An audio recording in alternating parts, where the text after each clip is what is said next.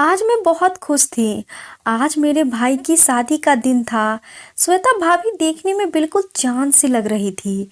इतनी हसीन कि उनसे नज़रें हटाना मुश्किल हो रहा था। श्वेता भाभी हमारे ही मोहल्ले में रहती थी। मुझे तो उस समय अपने कानों पे विश्वास ही नहीं आ रहा था जब भाई ने बताया वो और श्वेता एक दूसरे से बहुत मोहब्बत करते हैं।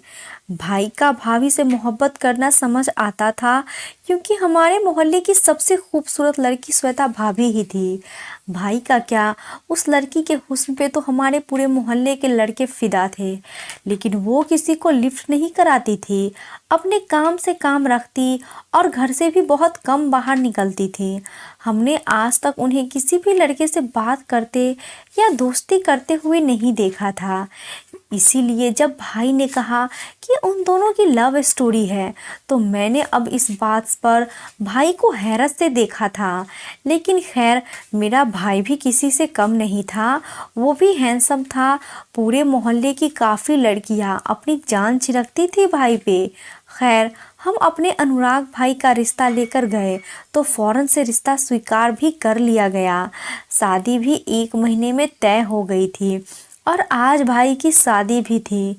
मैं तो शादी पे सबको इतराए इतराए बता रही थी, देखो मेरी भाभी को, बिल्कुल चांद का टुकड़ा है। लेकिन ये मालूम नहीं था कि वो चांद का टुकड़ा मेरे भाई को खून के आंसू रोने पे मजबूर कर देगा। अभी कुछ देर पहले ही मेरी बड़ी दीदी, जो कि शादीशुदा थी, भाभी को भाई के कमरे में बिठाकर आई थी।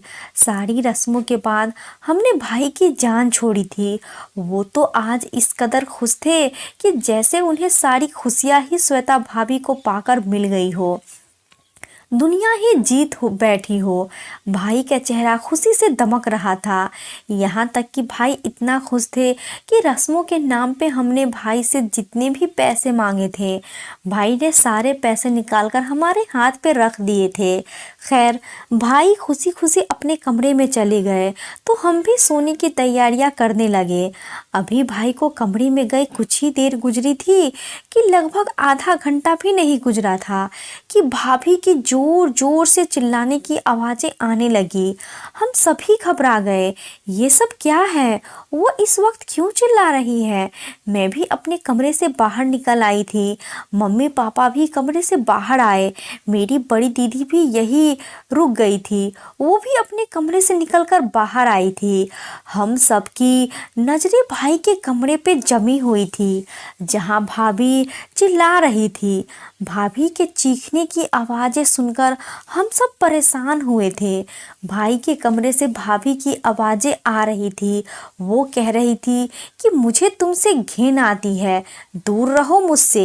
ये बात सुनकर हम सभी एक दूसरे को देखने लगे कि भाभी ये क्या कह रही है। वो इतनी तेज तेज आवाज़ में बातें कर रही थी कि हम सब उसकी बातें आसानी से सुन सकते थे और उनके शब्द सुनकर एक दूसरे से नजरें भी चुरा रहे थे। एकदम ही कमरे का दरवाजा खुला और भाभी भागती हुई कमरे से बाहर निकली थी और मेरी माँ के पीछे जाकर छुप गई। इस वक्त भी अपनी दुल्हन के जोड़े में सजी सबड़ी थी, लेकिन बहुत ज़्यादा डरी हुई थी। डर के मारे बुरी तरह कांप रही थी। ठंडी के मौसम में भी उसका शरीर पसीने से पसीने हो रहा था। मेरा भाई भी हैरत की तस्वीर बना हुआ था, परेशान सा हो गया था। मेरी माँ खुद ये सब देखकर घबरा गई थी। मेरी भाभी कहने लगी, मुझे इस आदमी से बचा लो, मुझे इससे डर लग रहा है। मेरी माँ कहने लगी, ये तुम क्या कह रही हो श्वेता? वो तुम्हारा पति है और तुम तो पहले से ही एक दूसरे को अच्छे से जानते थे। श्वेता, ये क्या बचपना है? मेरी माँ ने श्वेता भाभी को बड़ी मोहब्बत से समझाना चाहा, लेकिन वो तो यूं थी जैसे भाई को नहीं, किसी भूत को देख लिया हो। इस समय उनकी हालत बहुत ज़्यादा ख़राब हो रही थी। ऐसा लग रहा था जैसे भाभी और अभी बेहोश होकर गिर जाएंगी। भाभी कहने लगी, मुझे मेरे घर भेज दो वरना मैं मर जाऊंगी। मेरी दीदी भी भाभी को समझाने लगी, श्वेता तुम्हारा इस समय घर पे जाना ठीक नहीं है, तुम्हारे घर वाले भी परेशान हो जाएंगे। लेकिन भाभी तो यूं थी कि अगर हमारे घर कुछ देर और रुकी तो बेहोश हो जाएंगी। वो रोने लगी, बेतहासा रोए जा रही थी। मेरा भाई भी बदहवास सा अपनी मनपसंद पत्नी की हालत देख रहा था। सबने यही सोचा कि भाभी के घर वालों को बुलाया जाए, क्योंकि वो किसी की बात मानने को तैयार ही न थी। उनकी एक ही जिद थी कि उन्हें अपने घर जाना है। और फिर भाभी के घर फ़ोन किया गया तो उनकी माँ और भाई घबराए हुए हमारे घर पहुँचे थे कि अभी तो बेटी को विदा किया है और अब उसे अचानक से क्या हो गया है। अपनी माँ को देखकर मेरी भाभी रोते हुए उनके गले लग गई, कहने लगी, माँ मुझे यहाँ से वापस ले चलो, मुझे बहुत डर लग रहा है। भाभी के चेहरे पे भी यही लग रहा था कि जैसे वो बहुत ज़्यादा डरी हुई है, वो झूठ नहीं बोल रही है। भाभी की माँ ने भी उन्हें समझाने की बहुत कोशिश की थी कि वो क्यों डर रही है, लेकिन वो तो लगातार बस रोए जा रही थी। आखिरकार भाभी अपनी माँ के साथ अपने घर चली गई। मेरी माँ और मेरी बड़ी बहन सर पकड़े बैठे थे। भाई भी चुपचाप वहीं सोफे पे बैठा था। दीदी ने भाई से पूछा कि तुमने कमरे में जाते ही ऐसा क्या कर दिया कि वो यूं डर गई थी और बवाल मचाने लगी। दीदी के बात पे भाई ने तीखी नज़र दीदी पे डाली थी। वो पहले ही परेशान बैठा था, उस पे दीदी का ये सवाल तो शायद उसे आग बबूला कर गया था, लेकिन बर्दाश्त करके कहने लगा, ये ऐसा मजाक है दीदी, मैं तो खुद नहीं जानता कि उसे क्या हुआ था। वो मुझे कमरे में देखते ही मुझसे दूर भागने लगी थी। मैं तो उसे बड़े आराम से ही बात कर रहा था। मैं उससे पूछ रहा था कि आखिर तुम्हें हुआ क्या है, लेकिन वो तो मुझसे अपना हाथ छुड़ाकर जोर जोर से चिल्लाने लगी और कमरे से बाहर भाग गई। भाई की बात सुनकर मेरी माँ बोल पड़ी, मुझे तो लगता है किसी भूत प्रेत का चक्कर है इस लड़की पे। अरे इतनी तो सुंदर है कि मोहल्ले के सब लड़के उस पे मरते थे, तो जाहिर है ऐसी लड़कियों पे जिन भूत भी आशिक हो जाते हैं, और तभी तो इसकी हालत ऐसी हो रही है। दीदी भी ये सुनकर कुछ देर के लिए चुप सी हो गई, फिर कहने लगी, हाँ माँ, मुझे भी लगता है कि इस लड़की पे किसी आत्मा का साया है। ये तो किसी दिन अनुराग का गला घोट के मार डालेगी। अरे उसने उसे छूने की कोशिश भी की तो सुना है कि ऐसी लड़कियां अपने पति को करीब नहीं आने देती, क्योंकि इन लड़कियों के ऊपर जो आत्माएं वास करती है वो चाहती ही नहीं कि वो किसी से रिश्ता बनाए। ये बात सुनकर तो मेरा दिल और भी जोर से धड़का था, क्योंकि ऐसे किस्से कहानियाँ तो मैंने भी सुन रखी थी कि जिन खूबसूरत लड़कियों पे आत्माएं वास करती हैं वो उन्हें उनके पति के पास भटकने भी नहीं देती है, अपने कब्जे में करके रखती है। मेरी माँ फिर गुस्से से बोली कि उसने माँ ने तो अपने गले की बला उतारकर हमारे गले डाल दी है। अगर उनकी बेटी के साथ ऐसी कोई समस्या थी तो शादी से पहले इस बात का इलाज करवाना चाहिए था। अरे मेरा इकलौता बेटा है, कहीं वो आत्मा मेरे बेटे की जान ही ना ले ले। माँ ऐसा कुछ नहीं है, आप लोग ऐसे ही बेकार में डर रहे हो। भाई ने तसल्ली देना चाहा, तुम्हें क्या खबर कि ऐसा कुछ नहीं है, उसकी हालत नहीं देखी तुमने? क्या एक नॉर्मल लड़की अपनी शादी की पहली रात ही तमाशा लगाती है, जैसे तमाशा श्वेता ने लगाया है? दीदी ने फिर माँ से कहा कि मैं तो कहती हूँ मेरे घर के पास एक बहुत ही पहुँचे हुए बाबा रहते हैं, उन्हें दिखा दो। श्वेता को वो 2 दिन में ही श्वेता के ऊपर का भूत उतार देंगे। खैर बहस काफ़ी देर तक चलती रही और तय ये हुआ कि भाभी पे किसी आत्मा का ही साया है जिसका इलाज करवाया जाएगा। अगले दिन जब भाई भाभी को उसके मायके से घर लेकर आए तो वो बिल्कुल बिल्कुल ठीक थी। एक बहुत ही अच्छी ब्लैक सितारों वाली फैंसी साड़ी पहनकर तैयार थी। सबसे नॉर्मल बातें भी कर रही थी। भाई के चेहरे पे मुस्कुराहट सी सज गई थी। मेरी दीदी के साथ भाई भाभी को बाबा के पास भी ले गए। जब भाभी वापस आई तो बाबा ने अपने बाजू पे एक धागा भी पहन रखा था। दीदी कहने लगी, इस धागे से भाभी के ऊपर जितनी भी शैतानी आत्माएं हैं, भाभी उनसे सुरक्षित रहेंगी। पूरा दिन भाभी सबके साथ बैठी हंसती मुस्कुराती रही। लग ही नहीं रहा था कि वो वही है जो एक रात पहले इतनी बुरी तरह चीख चिल्ला रही थी। रात को दीदी अपने कमरे में सोने के लिए चली गई तो हम लोग भी रिलैक्स होकर अपने कमरे में चले गए थे। हम लोगों के दिलों को सुकून था कि अब भाभी बिल्कुल ठीक है, क्योंकि वो बाबा बहुत ही पहुँचे हुए थे और उन्होंने भाभी के हाथ पे एक बहुत ही असरदार धागा बांध दिया था। लेकिन रात को फिर से भाभी के चीखने की आवाज़ें आने लगी थी। वही शोर और वही चीखे पुकार सुनकर हम लोग फिर से अपने अपने कमरों से बाहर निकल आए थे और थोड़ी ही देर बाद भाभी भी चीखती चिल्लाती हुई अपने कमरे से बाहर आई थी। और फिर से वही बात कि मुझे अपनी माँ के पास जाना है, मुझे अपने घर जाना है, मुझे यहाँ नहीं रुकना, मुझे अपने घर ही जाना है। और भाभी एक बार फिर अपने मायके चली गई। 1-2 दिन तक भाभी ने तमाशा ही लगा दिया था। वो रोज रात को चीखती और अपने सुबह होते ही अपने मायके चली जाती। पूरा दिन भाभी की तबीयत ठीक होती थी, लेकिन रात को ही भाभी जोर जोर से चिल्लाने लगती थी और अपनी माँ के घर चली जाती। मेरे भाई ने न जाने कितने बाबाओं को भी दिखा दिया था, लेकिन कोई फायदा ही नहीं हुआ था। वो जब तक मायके न चली जाती चैन से नहीं बैठती थी। उनकी हालत ऐसी हो जाती जैसे अभी डर के मारे बेहोश हो जाएगी या गिर जाएगी। उन्हें देखकर ये नहीं कह सकते कि वो नाटक कर रही है। मेरी दीदी एक बार मेरी माँ से कहने लगी, माँ मुझे तो लगता है आपकी बहू ये सब कुछ जानबूझकर ड्रामा कर रही है ताकि अलग घर में रहने लगे। हम ये समझते रहे कि इस पे किसी आत्मा का साया है और उसने डरने लगी है, और उससे अलग घर लेकर देने की बात सुनकर मुझे भी यही लगा।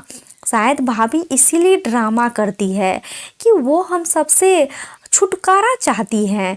मेरा भाई इकलौता था और हम 3 बहनें थे। मेरी एक बहन की शादी हुई थी। अभी तक हम 2 बहनें थी और घर में मम्मी पापा थे।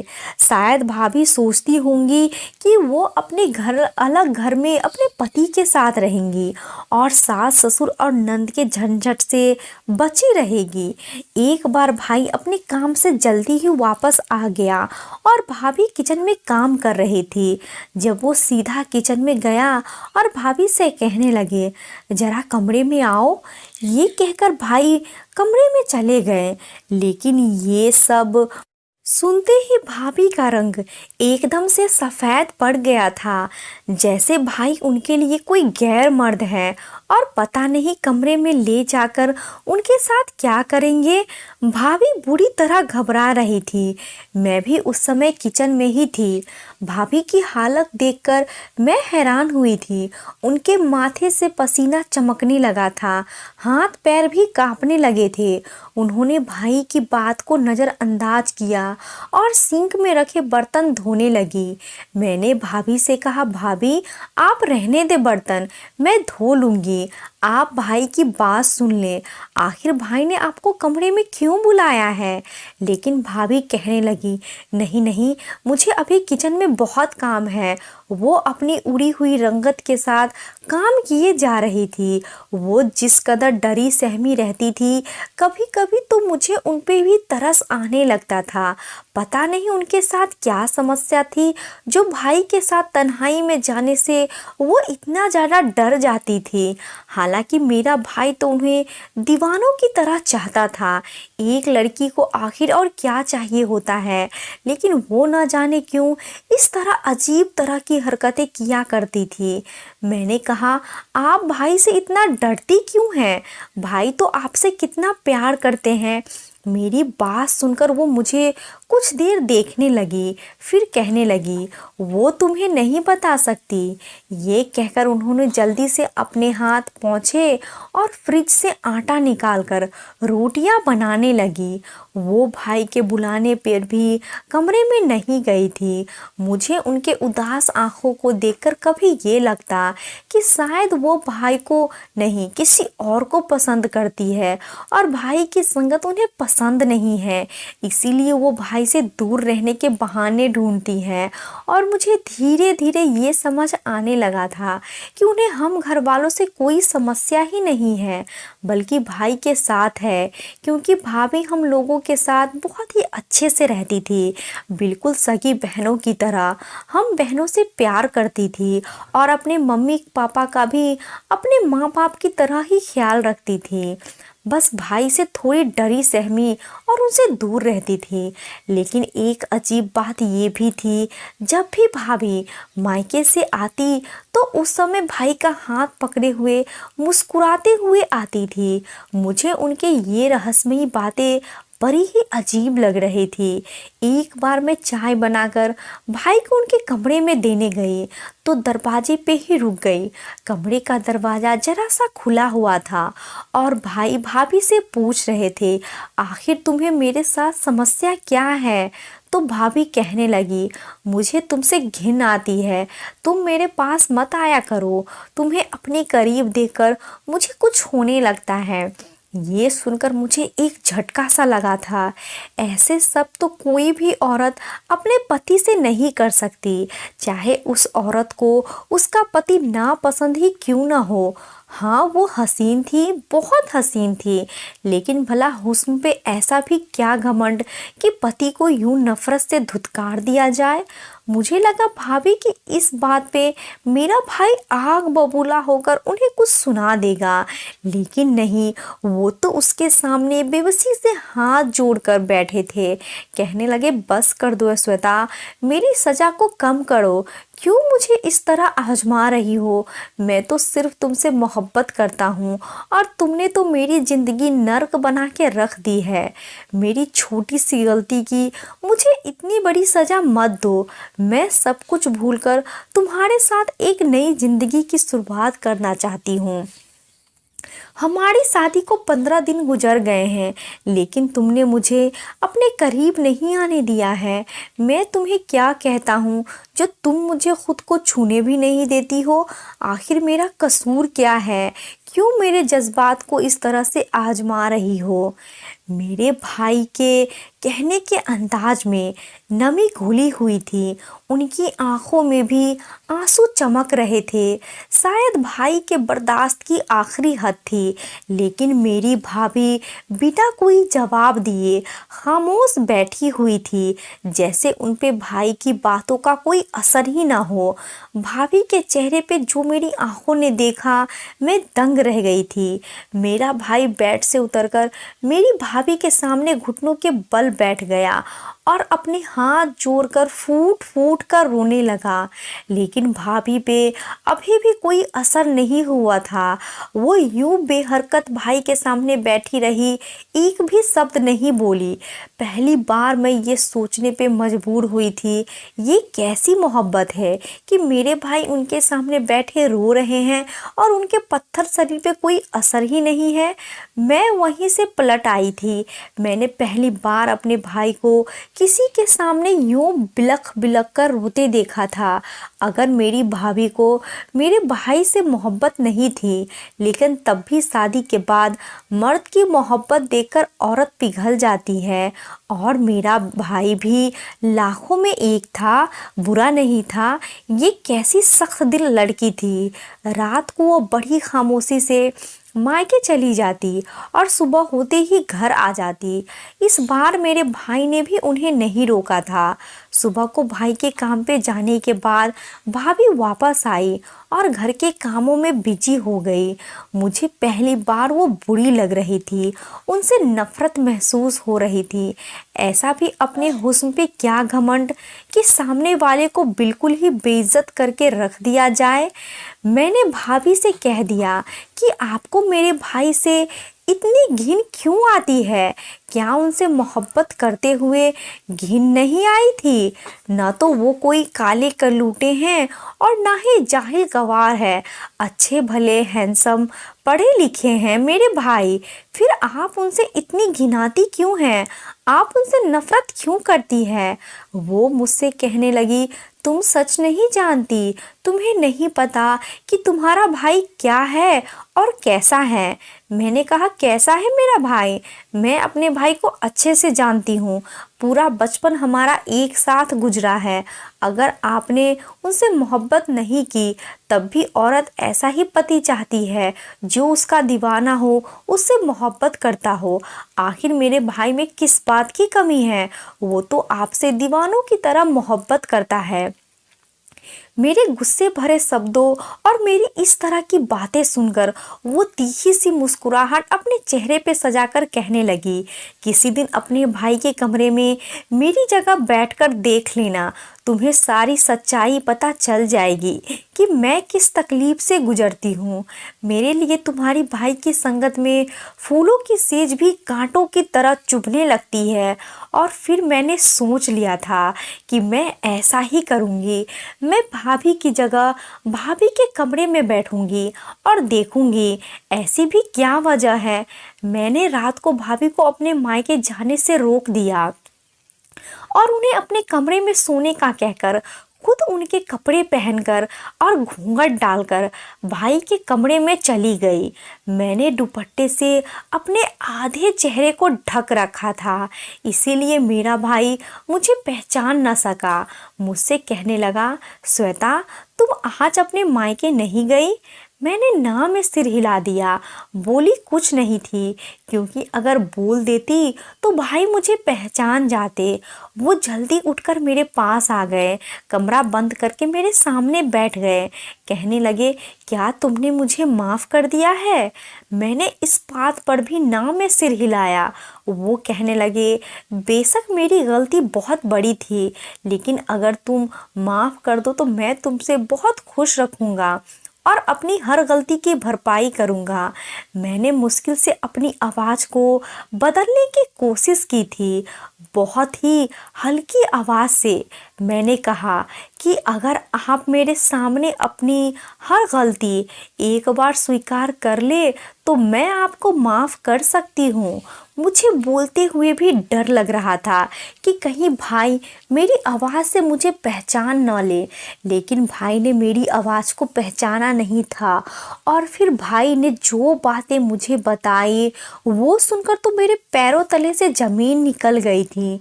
मुझे अपने कानों पे भी विश्वास नहीं आ रहा था। मेरे भाई का एक ऐसा घिनौना रूप भी हो सकता है। मेरा भाई अनुराग यूँ तो बहुत अच्छा था, लेकिन उसकी बहुत सी लड़कियों से दोस्ती थी। वो फ़ोन पे उनसे बातचीत करता था। श्वेता भाभी को हमारे मोहल्ले में आए हुए कुछ ही साल हुए थे। वो कॉलेज में पढ़ती थी, जहाँ मोहल्ले के दूसरे लड़के श्वेता भाभी की खूबसूरती को देखकर उनके दीवाने थे, उन पे जी जान से मर मिटे थे। इसी तरह मेरा भाई भी उनके हुस्न का दीवाना हो गया था। मेरे भाई को ये घमंड था कि वो श्वेता भाभी को अपनी मोहब्बत में दीवाना कर सकते हैं, लेकिन उनको दोस्तों का ये दावा था कि ये लड़की किसी को भी घास नहीं डालती। भाई अपनी एरिया भी रगड़ दे तो वो श्वेता भाभी को उन्हें लिफ्ट नहीं करवाएंगे। मेरे भाई ने अपने दोस्तों से शर्त लगा ली कि वो 2 महीनों के बाद ही श्वेता को अपनी मोहब्बत में गिरफ्तार कर लेंगे। इसीलिए अब वो श्वेता भाभी का पीछा करने लगे। कॉलेज की वापसी पे उनसे बात करने की कोशिश करने लगे। श्वेता भाभी ने उन्हें सख्ती से मना किया था कि वो उनका पीछा न करे, लेकिन वो यही कह दे कि श्वेता, मैं तुमसे मोहब्बत करता हूँ और तुमसे शादी भी करना चाहता हूँ।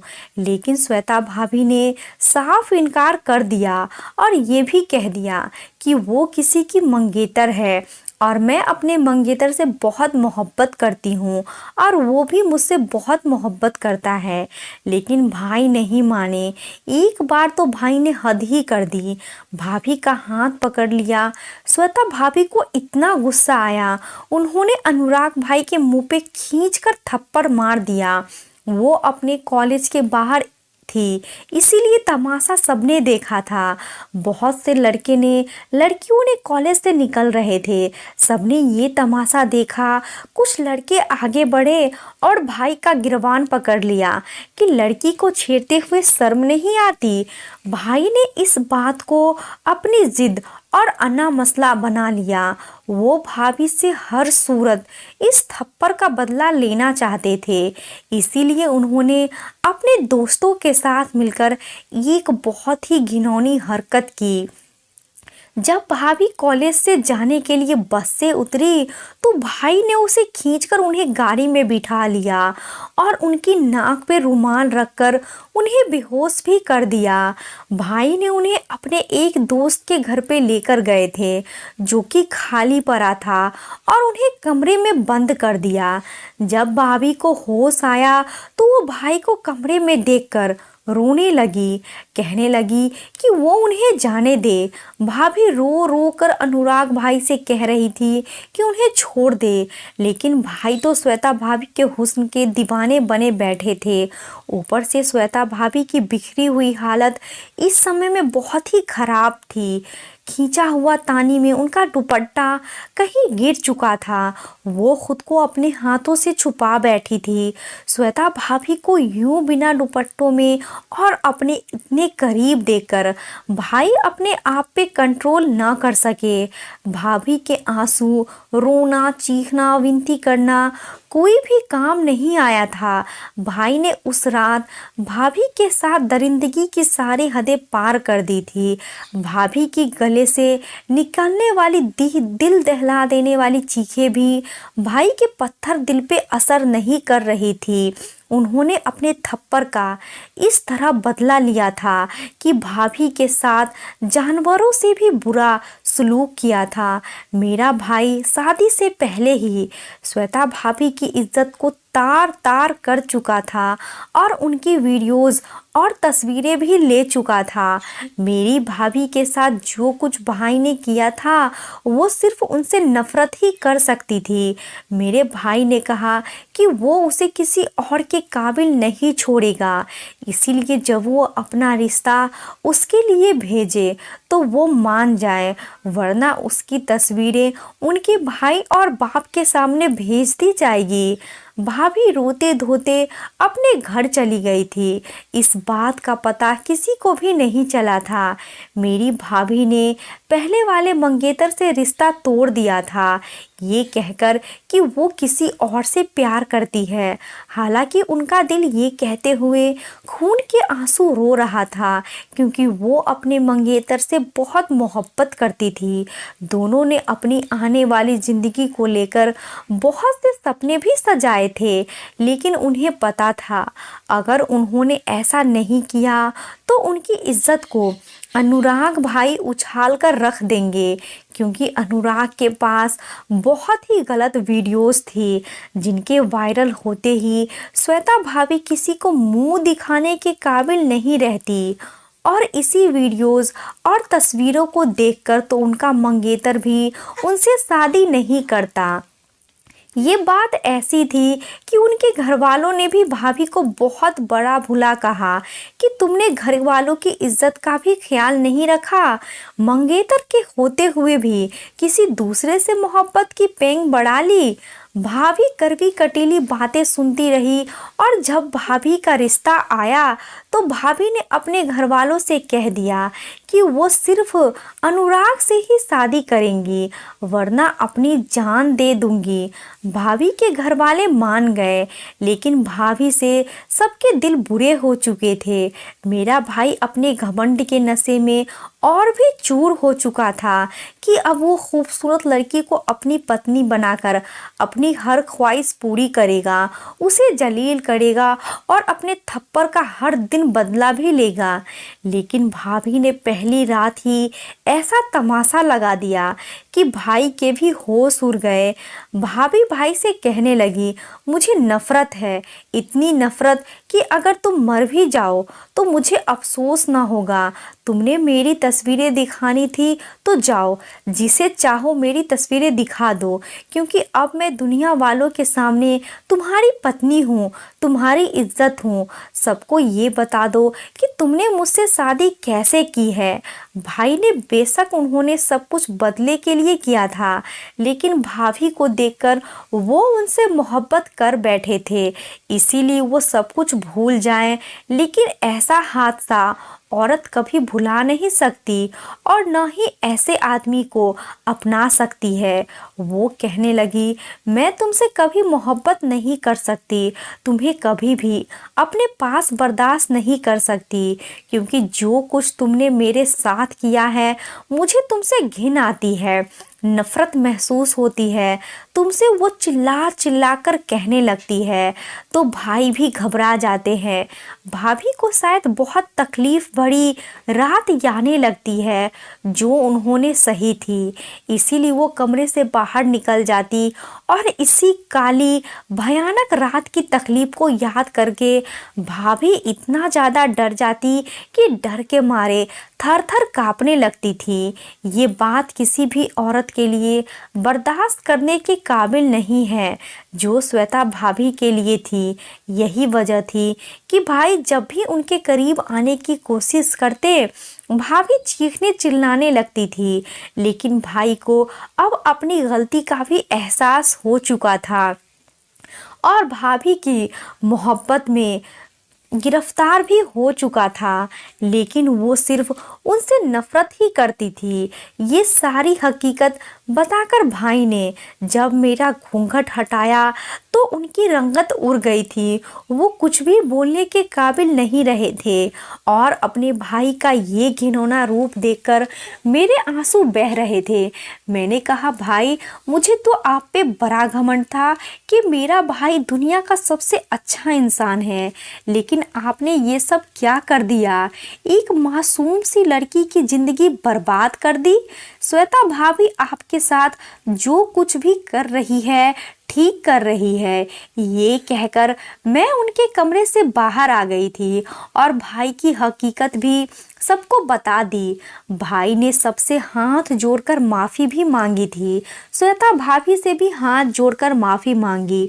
उसके बाद भाभी ने भाई को अपना तो लिया, लेकिन आज भी वो उनकी संगत में खुश नहीं होती है और भाई वो कभी भी भाभी के सामने नज़रें उठाकर बात नहीं कर सकते। ये उनके पाप का असर है जो मेरे भाई ने करने से पहले नहीं सोचा था कि उसका अंजाम क्या होगा। और अब एक ऐसी तकलीफ भरी जिंदगी जी रहे हैं जिसमें पत्नी रोज उनसे अपनी नफरत का इजहार करती है। आज की कहानी आपको कैसी लगी? इस कहानी के बारे में कमेंट करके हमें ज़रूर बताएं। वीडियो को लाइक करके चैनल को सब्सक्राइब कर लीजिए, साथ में घंटी को दबाकर ऑल पे कर